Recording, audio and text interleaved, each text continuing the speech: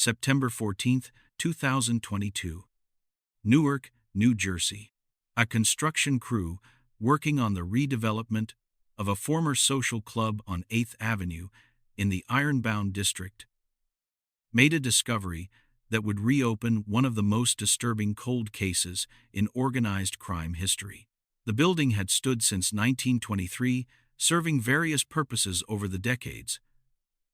Most recently, as a Portuguese community center that had closed in 2018, the new owners, a real estate development company, had purchased the property with plans to convert it into luxury apartments. What they found beneath the basement floor would delay that project indefinitely and bring federal investigators to a scene that had remained sealed for exactly 60 years. Foreman Anthony Carvalho had been supervising the interior demolition when his crew encountered an anomaly in the basement. The original building plans, obtained from Newark City Archives, showed a simple basement with concrete floor and foundation walls. But the crew's ground-penetrating radar, used to locate utility lines before excavation, revealed a large void space approximately 8 feet below the existing basement floor. The void appeared to be rectangular, roughly 40 feet by 30 feet, with what appeared to be a separate concrete ceiling separating it from the basement above. Someone had constructed a hidden chamber beneath the building and then concealed its existence with a false floor. The discovery prompted Carvalho to halt work and contact the Newark Police Department. Officers who arrived at the scene initially suspected they might have found a Prohibition-era bootlegging operation. As such, hidden chambers were not uncommon in buildings of this vintage. But when a small opening was made in the false floor and a camera lowered into the space below, the images that appeared on the monitor caused the officers to immediately secure the scene and call for homicide detectives. The chamber below contained what appeared to be multiple vehicles, along with numerous objects that the camera could not clearly identify in the darkness. The FBI's Newark field office was notified within hours, and by evening, the site had been designated a federal crime scene. Special Agent in charge, Catherine Morrison, who headed the Bureau's Organized Crime Task Force in New Jersey, took personal command of the investigation. Morrison had spent 22 years investigating mob activities in the Garden State and recognized immediately the potential significance of what lay beneath this unassuming building.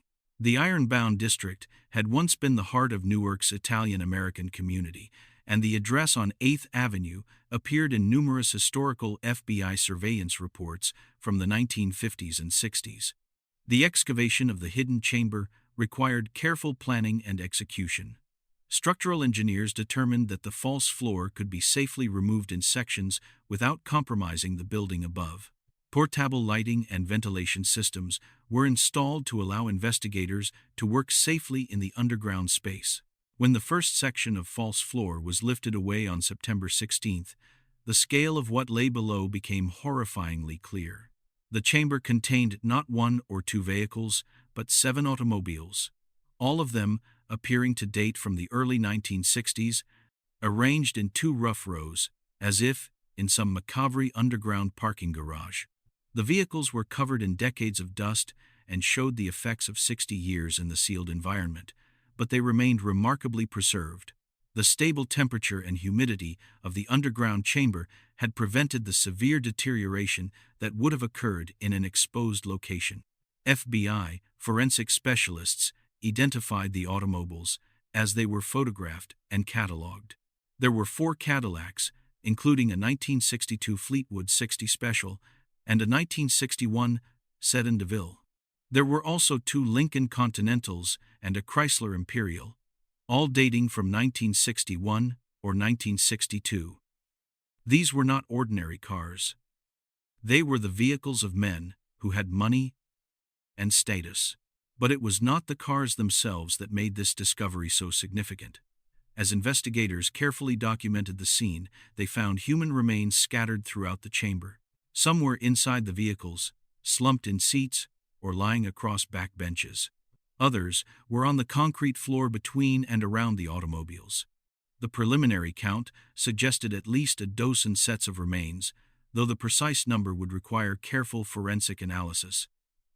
All appeared to be adult males, and all appeared to have met violent deaths.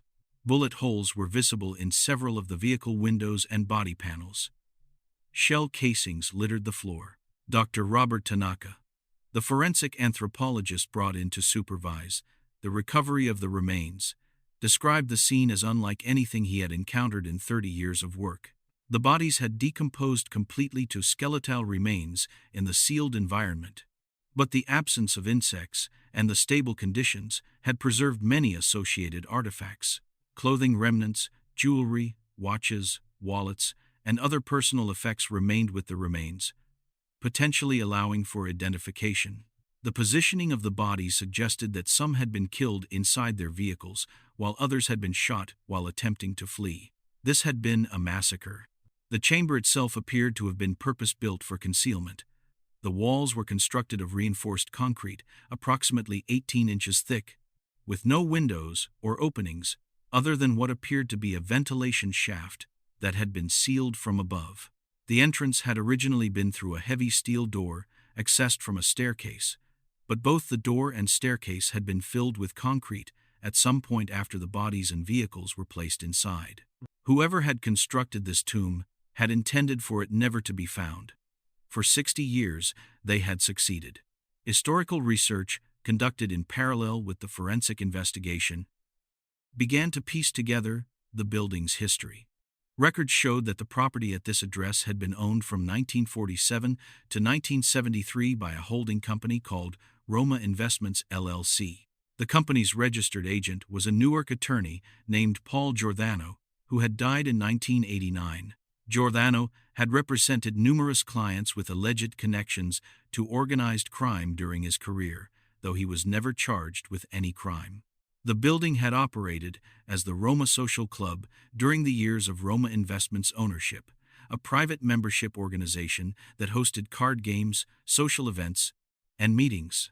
The Roma Social Club appeared in FBI surveillance logs from the late 1950s and early 1960s as a known gathering place for members and associates of the Genovese crime family's New Jersey faction.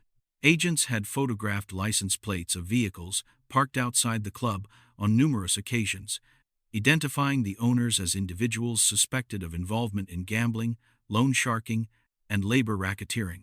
The club was considered a meeting place for mid-level figures in the organization, not a headquarters for top leadership, but a location where business could be discussed away from the more heavily surveilled social clubs in New York City. The connection to organized crime history became even more significant when investigators examined missing persons reports from 1962. A search of FBI records revealed that in late October of that year, multiple individuals known to be associated with the Genovese organization had disappeared without explanation. The disappearances had occurred within a period of approximately 48 hours and had never been solved. Informants at the time had speculated about an internal purge or a conflict with another family. But no bodies had ever been recovered, and no prosecutions had resulted. The case had gone cold within months, filed away as one of the many unsolved mysteries of that violent era. As the recovery operation continued over the following weeks, the full scope of the massacre emerged. 12 sets of human remains were ultimately recovered from the chamber, along with the 7 vehicles and hundreds of associated artifacts. Forensic analysis would require months to complete, but preliminary findings confirmed what investigators suspected. These were the missing men of October 1962, finally found after 6 decades.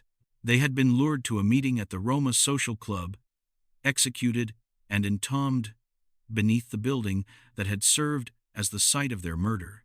The question that now confronted investigators was not simply who these men were, but who had killed them and why. Understanding this massacre would require reaching back into the turbulent history of organized crime in New Jersey during one of its most violent periods. The early 1960s had been a time of transition and conflict within the American mafia, with old bosses dying or going to prison and new leaders emerging to take their places. Territorial disputes, personal vendettas, and power struggles had claimed dozens of lives. But even by the standards of that era, the execution of 12 men at a single location was extraordinary. The discovery beneath the Roma Social Club was about to reveal a story that had been buried not just physically, but deliberately erased from the historical record. Someone had gone to extraordinary lengths to ensure that these deaths remained hidden, constructing an underground tomb and sealing it so completely that it survived undetected through 6 decades of urban change.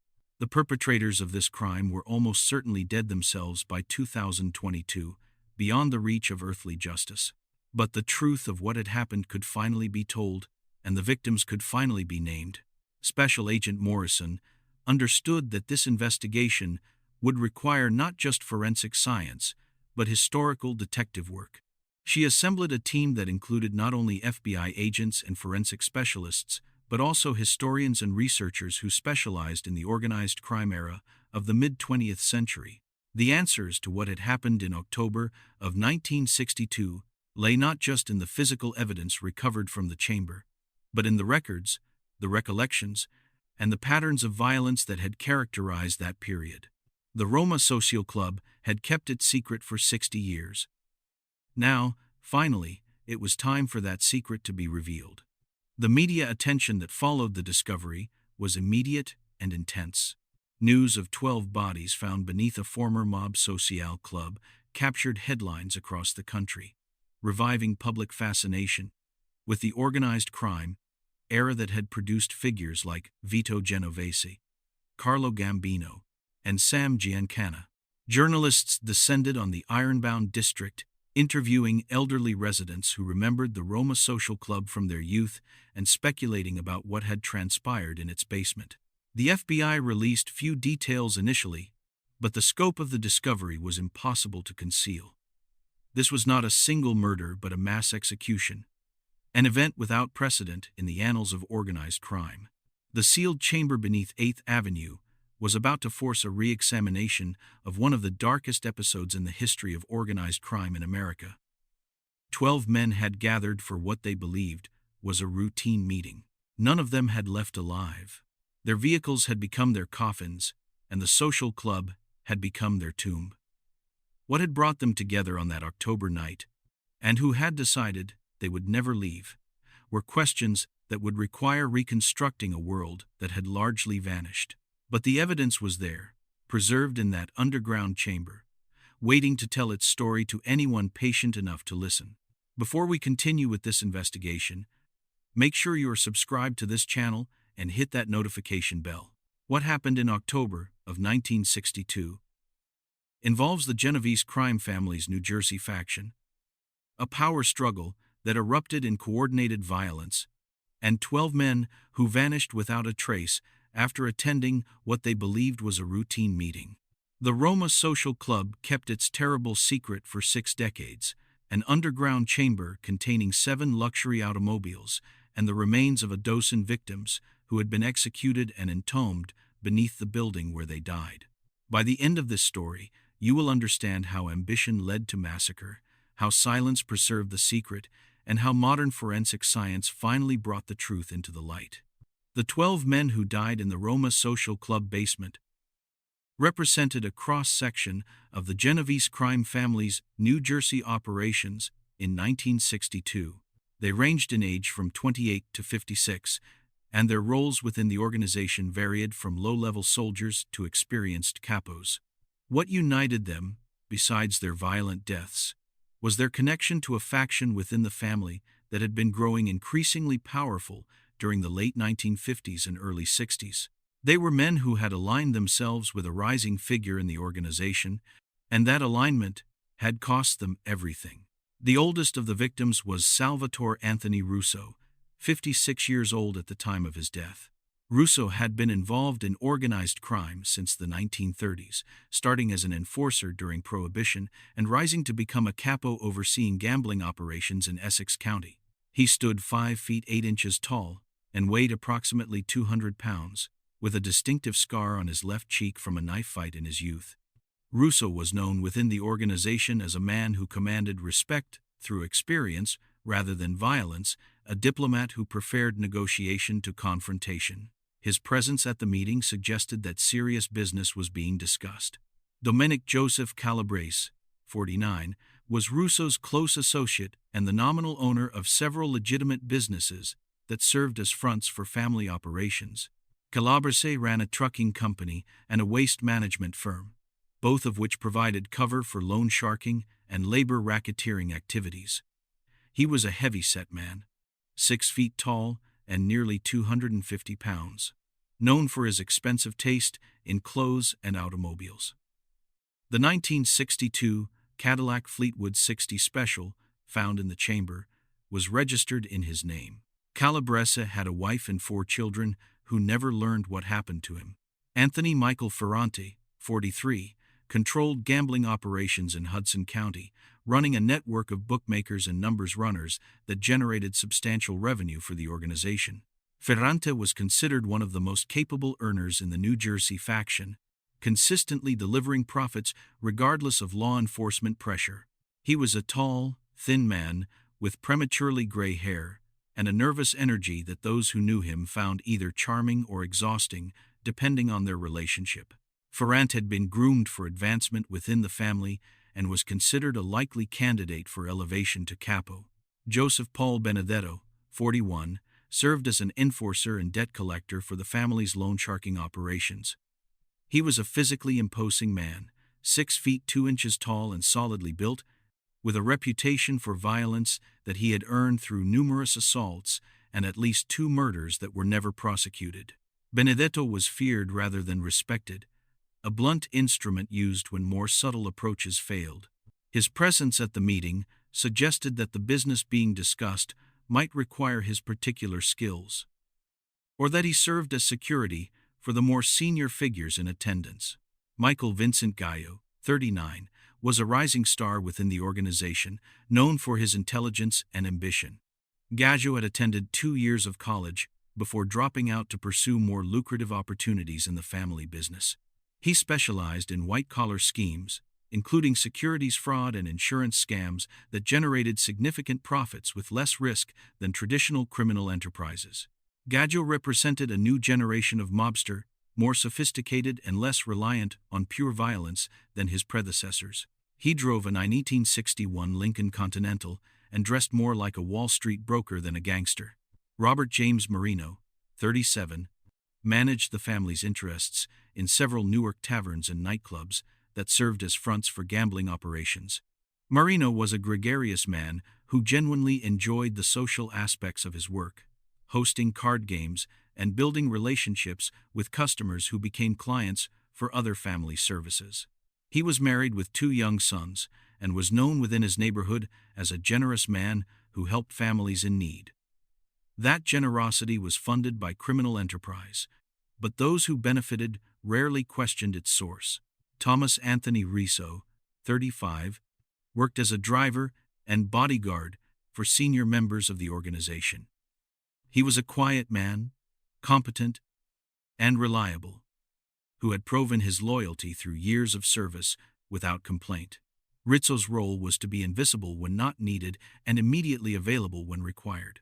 He drove one of the vehicles found in the chamber, a 1962 Cadillac Sedan DeVille that had been used to transport Salvatore Russo to the meeting. Riso was married but had no children, and his wife had reported him missing 3 days after the massacre when he failed to return home. Vincent Paul Santoro, 34, was involved in labor racketeering, specifically the infiltration and control of unions representing construction workers in northern New Jersey. Santoro's work involved both bribery and intimidation, ensuring that construction projects paid tribute to the family and that union leadership remained cooperative. He was a compact, muscular man who had worked construction himself before discovering that controlling construction workers was more profitable than being one. Santoro was engaged to be married at the time of his death, a wedding that never took place. Frank Joseph Palazzo, 32, ran numbers operations in several Newark neighborhoods, collecting bets on illegal lottery games that generated steady, if unspectacular, revenue. Palazzo was considered a reliable soldier, not brilliant but dependable, the kind of man who did what he was told and never caused problems. He lived with his mother and contributed to her support, a dutiful son whose criminal activities she either did not know about or chose not to acknowledge. Palazzo's body was found in the back seat of Michael Gallo's Lincoln, suggesting he had been a passenger rather than a driver. Anthony Robert DeLuca, 31, worked in the family's bookmaking operations, managing betting lines and calculating odds for the sports gambling that was a significant source of income. DeLuca had a gift for numbers and probability that would have served him well in legitimate finance, but he had chosen a different path. He was a bachelor who lived alone in an apartment in Bloomfield, spending his earnings on clothes, cars, and women who appreciated his generosity. DeLuca drove a 1961 Chrysler Imperial that was found in the chamber with his remains still behind the wheel. Peter James Costello, 29, was a relative newcomer to the organization, having been formally inducted as a MAID member only 18 months before his death. Costello was eager to prove himself, taking on assignments that more experienced men avoided and demonstrating a willingness to use violence that impressed some of his superiors while concerning others. He was tall and handsome, with an easy charm that made him popular in social situations but masked a capacity for cruelty that emerged when he felt disrespected. Costello's youth made his death particularly tragic, his life ending before it had truly begun. The youngest victim was James Michael Russo, 28 years old, and the nephew of Salvatore Russo. James had followed his uncle into the family business, despite his mother's objections, drawn by the money and status that legitimate employment could never provide. He worked as a courier and messenger, carrying cash and communications between different parts of the organization. James was being groomed for greater responsibility, learning the business from his uncle, while building relationships that would serve him as he advanced. His death alongside his uncle suggested that the massacre was not random but targeted. These 12 men had gathered at the Roma Social Club on the evening of October 27, 1962, believing they were attending a meeting to discuss territorial matters affecting the New Jersey faction. The meeting had been called by figures they trusted, men who held positions of authority within the organization, and who had legitimate reasons to convene such a gathering. None of the 12 had any reason to suspect that they were walking into a trap, that the meeting was a pretext for their execution. The evidence recovered from the chamber suggested that the attack had been swift and overwhelming. Multiple shooters had opened fire simultaneously, giving the victims no opportunity to escape or defend themselves. Shell casings found at the scene indicated that at least 4 different firearms had been used, including 2 Thompson submachine guns, a 12-gauge shotgun, and multiple handguns. The killers had been efficient and thorough, ensuring that no one survived to identify them or report what had happened. After the shooting stopped, the killers had faced the problem of disposing of 12 bodies and 7 vehicles. The solution they devised was both audacious and effective. The hidden chamber beneath the Roma Social Club, which may have been constructed specifically for this purpose, or may have predated the massacre and simply been available, provided a tomb large enough to contain the evidence of their crime. The vehicles were driven down a ramp into the chamber, the bodies placed inside or around them, and then the entrance was sealed with concrete. The entire operation must have taken hours and required multiple participants. The disappearance of 12 men simultaneously should have attracted immediate attention, but the killers had planned carefully. Several of the victims had been encouraged to tell family members that they would be away for a few days on business. Others were known to disappear occasionally, without explanation, a normal pattern for men in their line of work. By the time families began to realize that something was wrong, days had passed and the trail had gone cold. The Roma Social Club continued to operate as if nothing had happened, and the hidden chamber below remained undisturbed. The motive for the massacre remained unclear for 60 years, known only to those who had planned and executed it.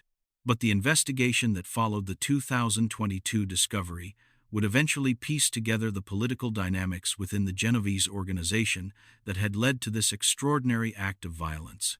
The 12 victims had been allied with a faction that was challenging established power structures, and their elimination had served to consolidate control in the hands of those who survived. In the brutal calculus of organized crime, 12 lives were a small price to pay, for unchallenged authority. The disappearances of October 1962 did not go unnoticed by law enforcement, though the full scope of what had happened was not immediately apparent. The FBI's Newark field office had been monitoring organized crime activities in New Jersey for years, and agents quickly became aware that multiple individuals on their watch lists had vanished simultaneously. Special Agent Harold Brennan, who headed the organized crime squad at the time, opened an investigation within days of the first missing persons reports being filed. What he discovered was both intriguing and frustrating, a pattern that suggested coordinated violence, but yielded no physical evidence to pursue. The investigation, in late 1962, focused initially on the possibility of an external attack on the Genovese organization.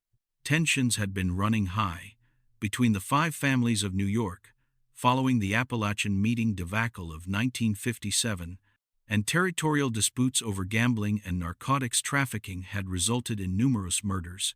Agent Brennan theorized that a rival family might have struck at the New Jersey faction to weaken Genovese interests and expand their own territory. Informants were pressed for information, surveillance was intensified, and wiretaps captured countless hours of conversation. But no evidence of external involvement emerged. The alternative theory, that the massacre had been an internal purge, was more difficult to investigate. The Genovese family was notoriously secretive, and its members adhered strictly to the Code of Omerta that forbade cooperation with law enforcement. Informants who might have known what happened were either unwilling to talk or genuinely ignorant of the details. The organization's leadership denied any knowledge of the disappearances, expressing concern for their missing associates while offering nothing of substance to investigators. The wall of silence was impenetrable. As weeks turned to months, the investigation lost momentum. Without bodies, there could be no murder charges. Without witnesses, there could be no conspiracy prosecutions. The 12 men were officially listed as missing persons, their cases remaining open but inactive. Agent Brennan retired in 1968 without ever solving the mystery that had consumed the final years of his career. He died in 1984, convinced until the end that the men had been murdered but unable to prove it. The files he compiled gathered dust in FBI archives, waiting for evidence that would not come for another 4 decades. The Roma Social Club continued to operate throughout the 1960s, its hidden chamber undisturbed beneath the feet of members who gathered to play cards and discuss business. Whether any of those members knew what lay below is unknown, but the club's activities continued without apparent disruption.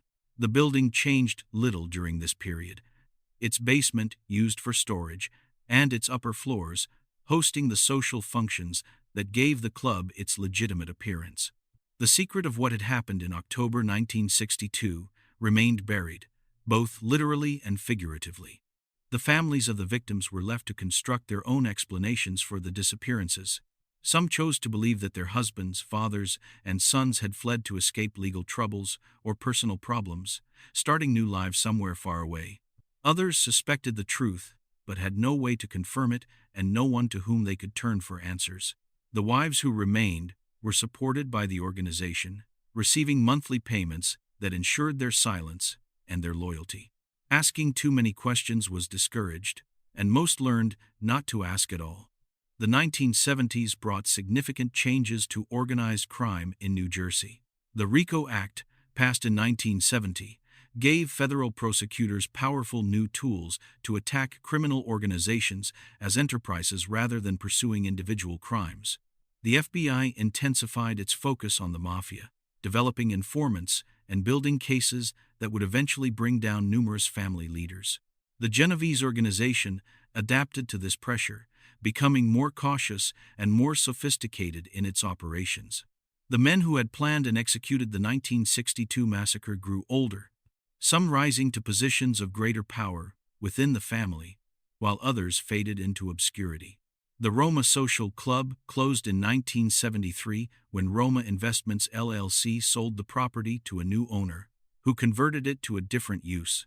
The building served as a warehouse for several years, then as a wholesale distribution center, and finally as a community center serving the Portuguese immigrants who had become the dominant population in the ironbound district.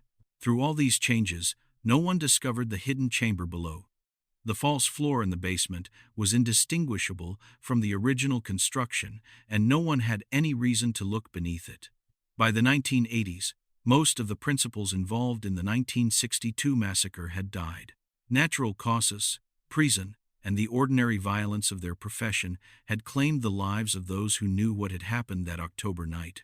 The last confirmed survivor among the likely perpetrators died in 1991, taking whatever knowledge he possessed to his grave. The truth of the Roma Social Club massacre had become a secret that existed only in the physical evidence buried beneath the building, waiting for someone to dig it up. The investigation into organized crime in New Jersey continued through the 1990s and into the new millennium. But the disappearances of 1962 had long since faded from institutional memory.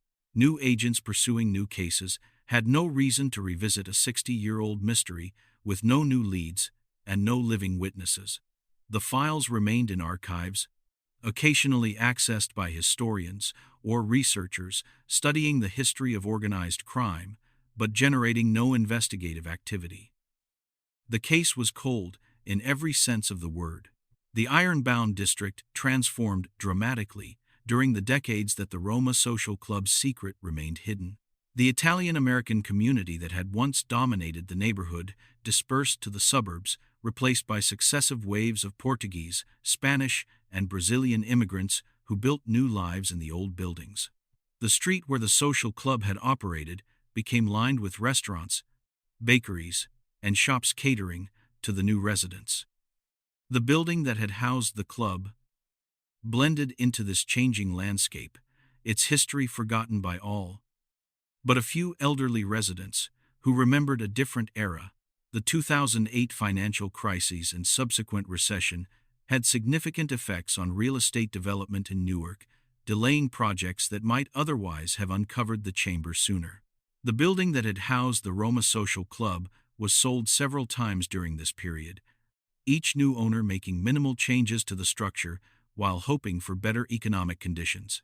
It was not until 2018 that the Portuguese Community Center, operating in the building, closed, and not until 2020 that a developer purchased the property with plans for substantial renovation. The global pandemic that began in 2020 further delayed the redevelopment project, pushing the timeline for construction back by nearly 2 years. When work finally began in the summer of 2022, the crew that arrived to begin interior demolition had no idea that they were about to make one of the most significant discoveries in the history of organized crime investigation. The hidden chamber had survived for 60 years through economic cycles, social changes, and multiple transfers of ownership. It had survived because no one knew to look for it. The decision to use ground-penetrating radar during the preliminary demolition work was driven by practical concerns rather than any suspicion of what lay below. Newark's aging infrastructure meant that utility lines were often in unexpected locations, and the developer wanted to avoid the costly delays that could result from accidentally damaging underground services. The radar survey was routine, the kind of precautionary measure taken on countless construction projects. That it would reveal a hidden chamber containing the evidence of a 60-year-old mass murder was beyond anyone's imagination.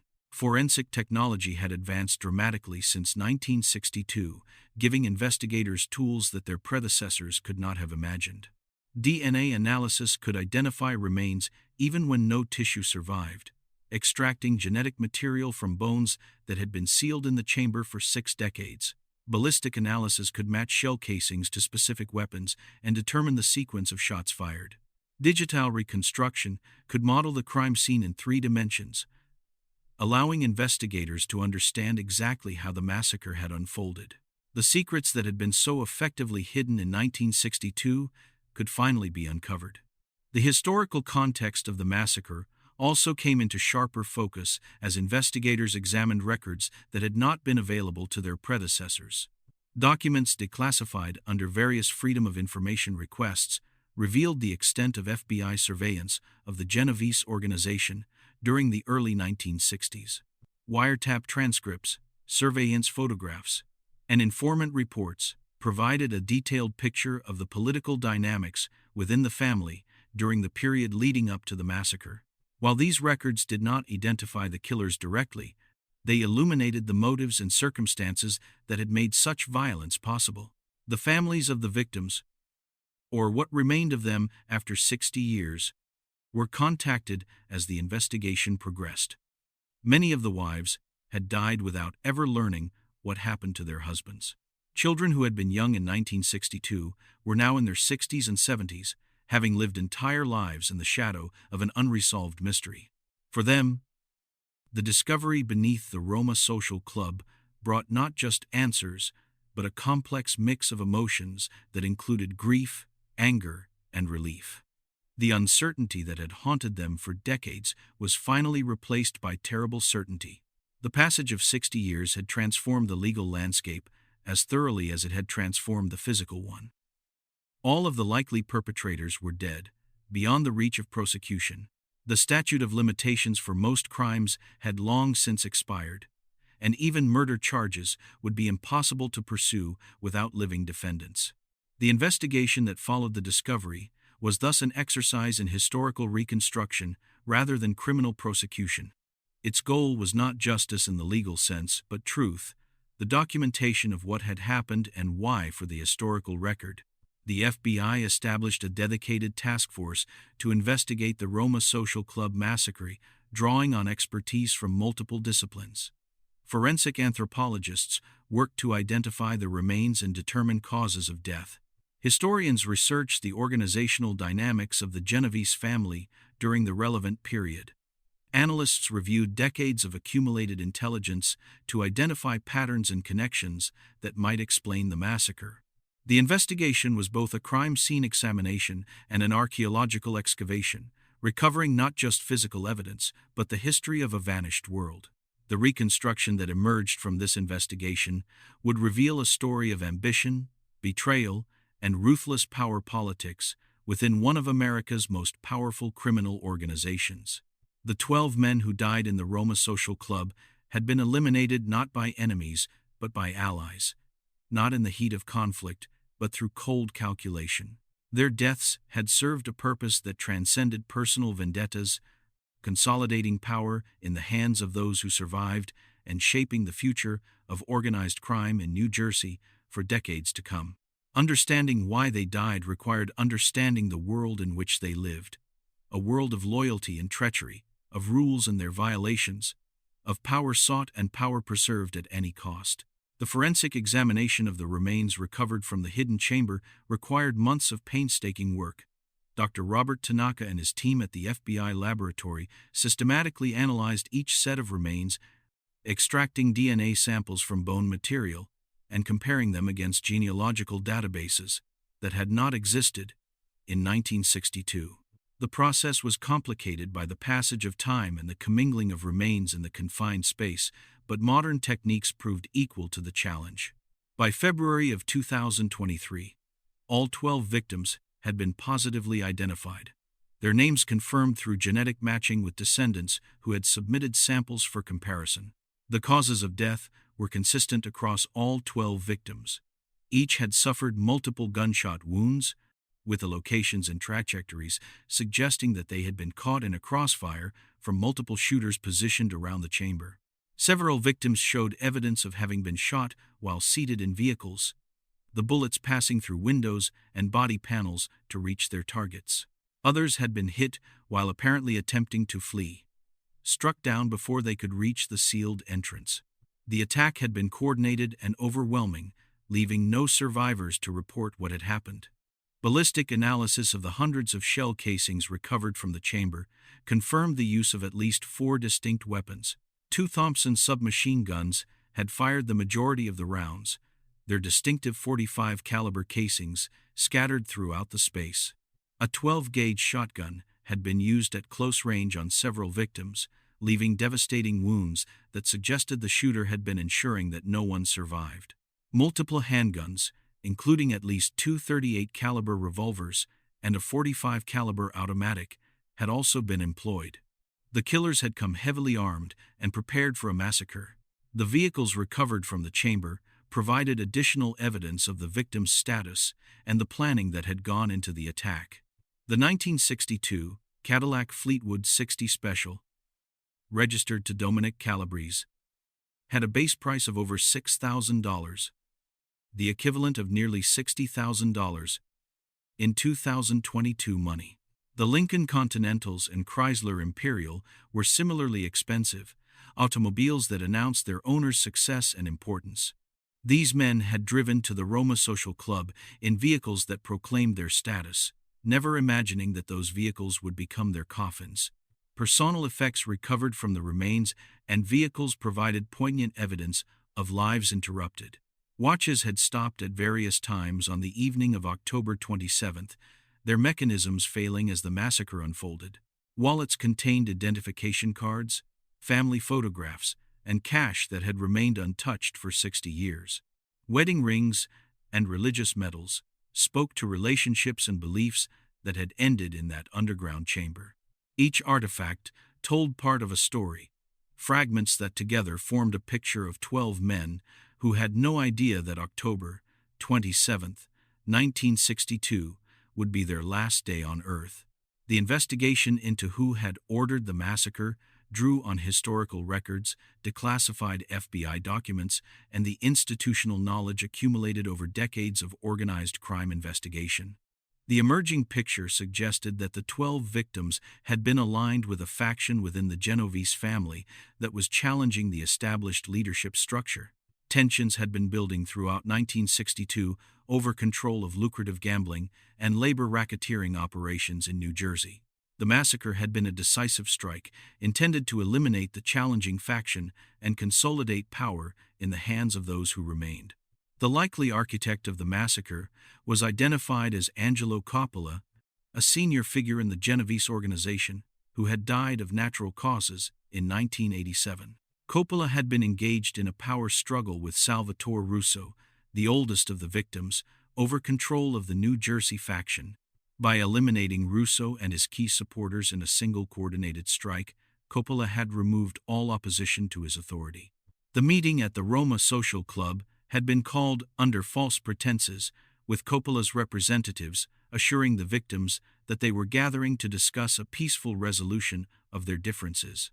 The identities of the actual shooters could not be definitively established, though several names emerged as likely participants. At least 4 individuals known to be loyal to Coppola had disappeared from FBI surveillance in the days following the massacre, their whereabouts unknown for several weeks. These men had criminal histories that included violence and were considered capable of the kind of coordinated attack that had occurred in the Roma Social Club basement. All 4 had subsequently died, 3 by violence and 1 by natural causes, without ever facing justice for their role in the massacre. The sealing of the chamber had been accomplished with professional efficiency, using construction techniques and materials consistent with those available in 1962. The concrete used to fill the entrance stairway had been traced through chemical analysis to a batch produced at a Newark mixing plant in late October of that year. The plant had been owned by a company with known connections to organized crime, and its records from the period had long since been destroyed. The perpetrators had been meticulous in their planning and execution, leaving as little evidence as possible of their crime. The release of the investigation's findings in October of 2023, coinciding with the 61st anniversary of the massacre, generated significant media attention. The story of 12 men murdered and entombed beneath a social club captured the public imagination, combining the historical mystique of organized crime with the modern forensic science that had finally solved the mystery. News coverage emphasized both the brutality of the crime and the extraordinary measures taken to conceal it, highlighting the contrast between the violence of the past and the technology of the present. For the families of the victims, the findings provided answers that had been sought for generations. The children who had grown up without fathers, the grandchildren who had never known their grandfathers, finally learned what had happened on that October night in 1962. Formal ceremonies were held as the remains were released to family members, some of whom had never had a grave to visit or a body to bury. The closure was bittersweet, confirming losses that had been suspected but never acknowledged, grief that had been carried but never fully expressed. 12 funerals were held over the course of several months as families made arrangements to receive and inter the remains of their loved ones. Some chose private ceremonies, seeking to put the past to rest without public attention. Others held larger services that acknowledged both the victims and the decades of uncertainty that had followed their deaths. Clergy who officiated at these services spoke of loss and healing, of truth delayed but not denied, of the human need for answers even when those answers bring pain. 60 years after their deaths, the 12 men of the Roma Social Club massacre were finally laid to rest. The building on 8th Avenue was ultimately demolished in the spring of 2024. The hidden chamber that had served as a tomb for 6 decades finally destroyed. The developer who had purchased the property chose not to proceed with the luxury apartment project originally planned, selling the land instead to a non-profit organization that announced plans to create a memorial garden on the site. Whether that project would come to fruition remained uncertain, but the building that had housed the Roma Social Club and concealed its terrible secret was gone, reduced to rubble and howled away. The case of the Roma Social Club massacre was officially closed in May of 2024, 61 years and 7 months after the crime had been committed. No prosecutions were possible, all potential defendants having died long before the evidence of their crime was discovered. The FBI's final report ran to more than 300 pages, documenting in exhaustive detail the evidence recovered, the investigation conducted, and the conclusions reached. It was a monument to persistence and to the power of modern forensic science, proving that some secrets, no matter how carefully hidden, cannot be kept forever. The legacy of the Roma Social Club massacre extended beyond the resolution of a historical mystery. It provided a window into a world that had largely vanished, a world of social clubs and sit-downs, of loyalty and betrayal, of power pursued through violence and maintained through fear. The 12 men who died in that underground chamber were not innocent victims in the conventional sense. They were participants in criminal enterprises that had harmed countless people, but they were also human beings with families and futures that were stolen from them. Their lives ended not by justice, but by the brutal calculus of organized crime. Rest in peace, Salvatore Russo, Domenic Calabrese, Anthony Ferranti, Joseph Benedetto, Michael Gallo, Robert Marino, Thomas Risso, Vincent Santoro, Frank Palazzo, Anthony De Luca, Peter Costello, and James Russo. Your 60-year wait in that underground tomb is finally over. Your families finally know what happened on that October night. And you are finally where you should have been all along, not hidden beneath a building in Newark, but resting in consecrated ground. Your names spoken aloud, your lives remembered, your deaths acknowledged. The Roma Social Club has given up its secret at last.